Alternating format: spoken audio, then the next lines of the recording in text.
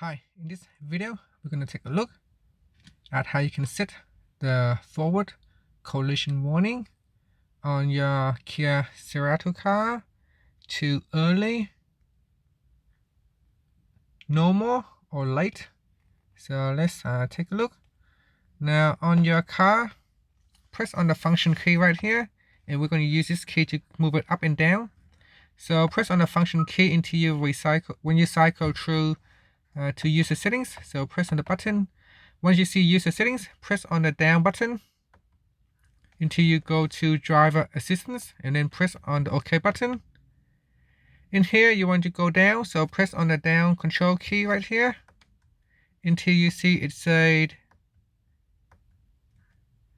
forward collision warning.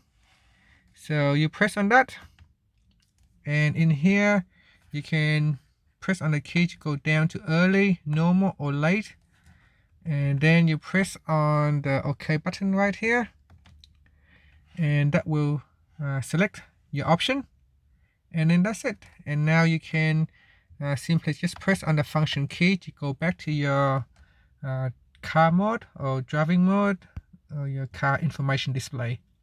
And that's it. Thank you for watching this video. Please subscribe to my channel for more videos.